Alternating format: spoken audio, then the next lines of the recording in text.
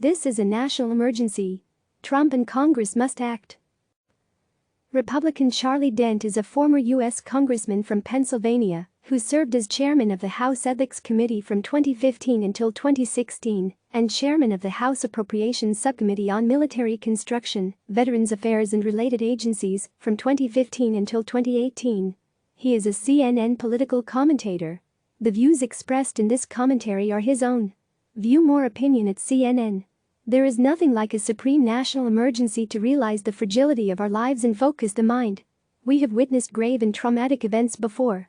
The Spanish flu pandemic of 1918, the 1929 stock market crash and ensuing depression, Britain after Dunkirk, facing a Nazi invasion, Pearl Harbor, the terrorist attacks of 9/11, and the 2008 financial crisis. Now the coronavirus, or COVID-19, batters us all. COVID-19 attacks indiscriminately. It knows no ethnicity, no race, no gender, no faith, no sexual orientation, no socio-economic group. It respects no national border or geographic boundary. The COVID-19 pandemic may be the most serious and daunting crisis the world has confronted since World War II. At least it sure feels that way, like a combination of an actual war, pandemic and financial crisis, all rolled into one catastrophic event whose endpoint is unclear. My 14-year tenure in Congress began in 2005. During that time, the 2008 financial crash was the most traumatic crisis we had to confront. We responded with the very successful $700 billion Troubled Asset Relief Program, TARP. Lessons were learned then that should inform Congress and the President during this ordeal.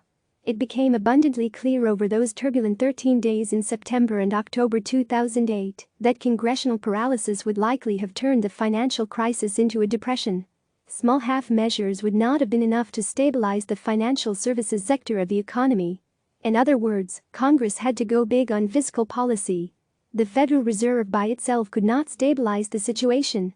Hardest of all, Congress had no choice but to trust and grant broad authority and power to then Treasury Secretary Hank Paulson and then Fed Chairman Ben Bernanke to take whatever steps necessary to stabilize the economy with an unprecedented amount of funding. As in 2008, Americans are frightened and anxious, and they are looking to Washington for leadership and quick action. There is no appetite for the usual, never-ending partisan trench warfare. The moment demands serious federal intervention as the economy is crashing into recession and millions are laid off. Both the President and Congress will do things they ordinarily would not do. Emergency measures required to address fast-changing circumstances forces policymakers to become ruthlessly pragmatic. This is no time for ideological dogma, nor is it time for partisans to advance long-term policy priorities. While travel restrictions and bans during a pandemic are certainly necessary, President Trump and Republicans should resist nativist urges on immigration and trade policy, and congressional Democrats must abandon attempts for permanent social policy changes and expansion of safety net public welfare programs in the midst of this crisis.